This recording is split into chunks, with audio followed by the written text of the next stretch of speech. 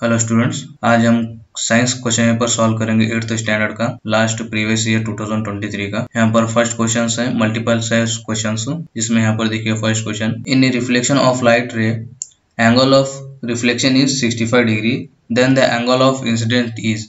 यहाँ पर क्वेश्चन है, एक लाइट रे अगर एक ऑब्जेक्ट पर पड़ेगा तो वहाँ पर लाइट रे रिफ्लेक्ट होगा 65 डिग्री से।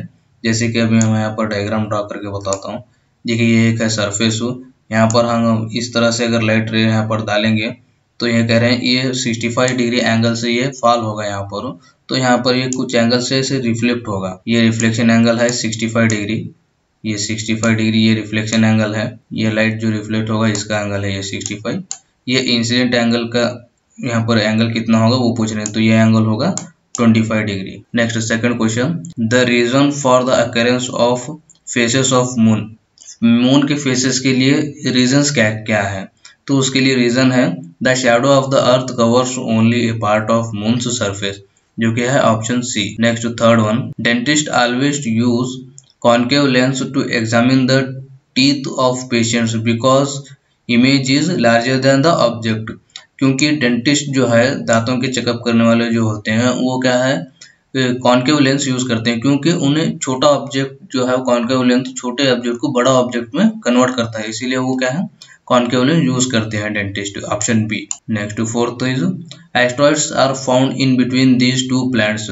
कौन से दो प्लैनेट्स के बीच में वो एस्ट्रॉइड्स जो है वो दिखते हैं? तो वो है मार्स और जुपिटर के दोनों प्लैनेट्स के बीच में वो एस्ट्रॉइड्स दिखते हैं, option B. Next fifth one, informations about the atmosphere, minerals and ground water of an area is to known, the instrument help for this is. इसके लिए कौन सा इंस्ट्रूमेंट यूज करते हैं? रिमोट सेंसिंग सैटेलाइट यूज होता है इसके लिए, option A. Next sixth one, a student is observing a constellation, he imagine the shape of Great Bear when lines are drawn between the stars, another name of this constellation is Ursa major.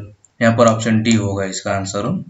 Next seventh one, a student try to read the textbook by holding it very near and very far from his eyes. एक student क्या कर रहा है, यहाँ पर कुछ एक किताब लेकर उसे पढ़ने की कोशिश कर रहा है, बिल्कुल नजदीक से, आंखों के बिल्कुल नजदीक रखकर पढ़ने की कोशिश कर रहा है, या फिर उसे बिल्कुल आंखों से दूर रखकर पढ़ने की कोशिश कर रहा है। तो यहाँ पर क्या होगा, he could not read properly in both situations। वो क्या है दोनों भी सिचुएशन में प्रॉपरली उसे रीड नहीं कर पाएगा।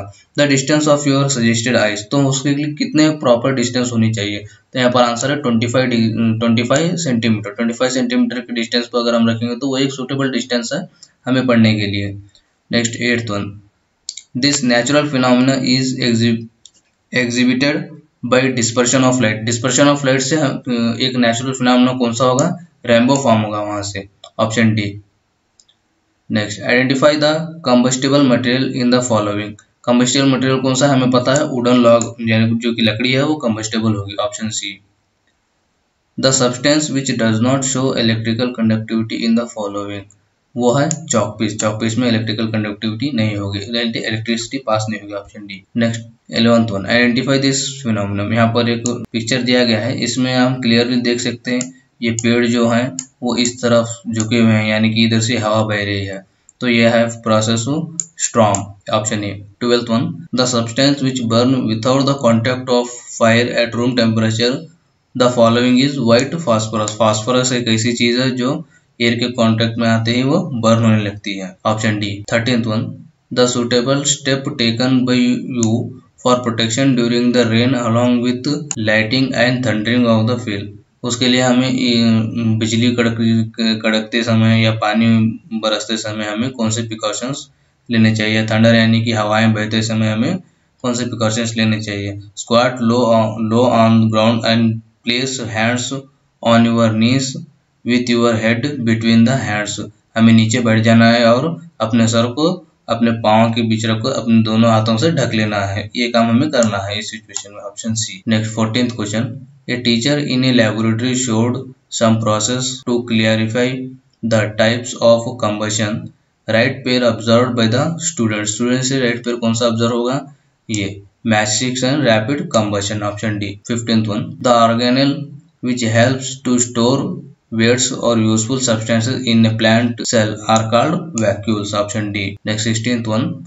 Total name of the stages of life cycle of frog. यहाँ पर frog और कुछ यहाँ पर उसके लाइफ साइकिल्स के बारे में यहाँ पर एक पिक्चर है, उसे देखकर हमें ऑप्शन चूज करना है। वो ऑप्शन होगा metamorphosis, option C. Next 17th question. During the medical checkup in a school the doctor observed an adolescent student who is very weak and underweight.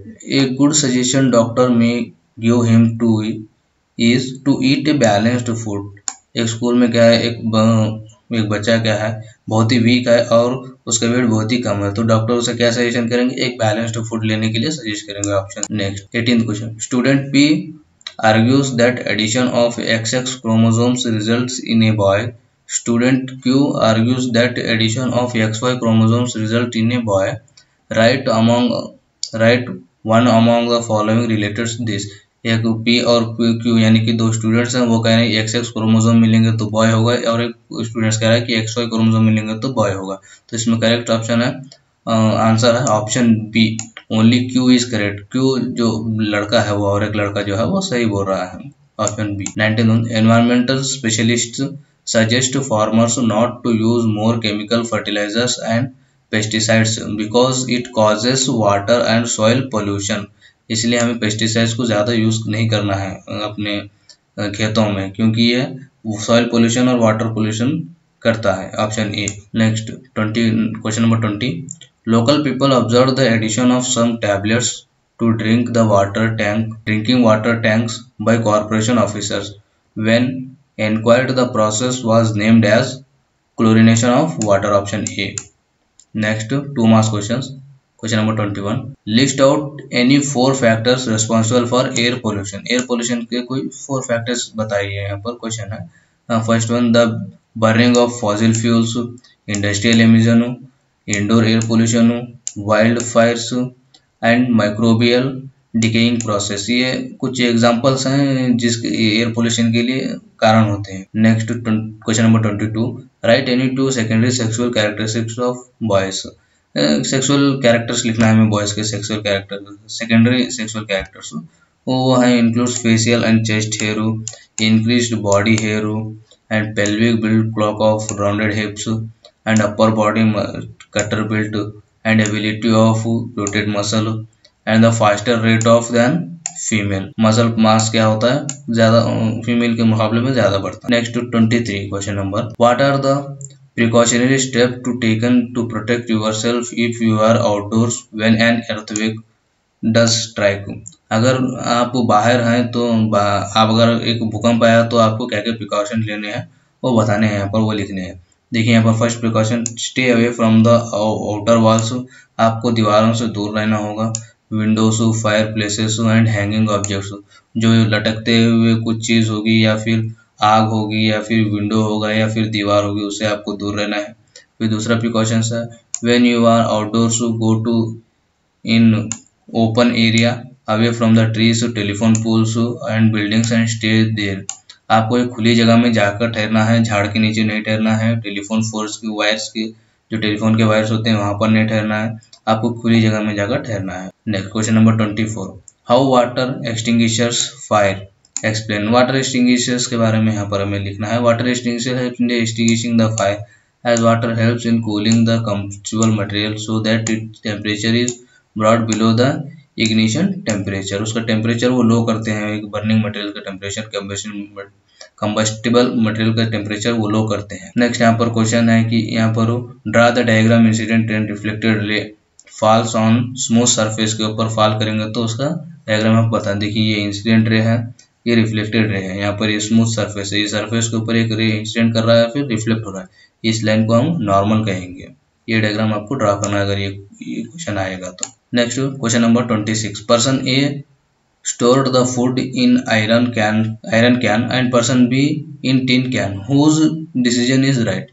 एक पर्सन क्या है, फूड को उसने आयरन कैन में स्टोर किया, B person ने क्या किया, टिन कैन में उसने स्टोर किया है, तो इसके डिसीजन किसका सही है। तो यहाँ पर आंसर देखिए, decision of person B is right because food does not get spoils, it do not come in contact with iron which is more reactive tin can used for storing food are more by electric planting tin or iron. Next question number 27. Which is the biggest planet of the solar system? Write any two characteristics. Solar system में कौन सा सबसे बड़ा planet है? Jupiter.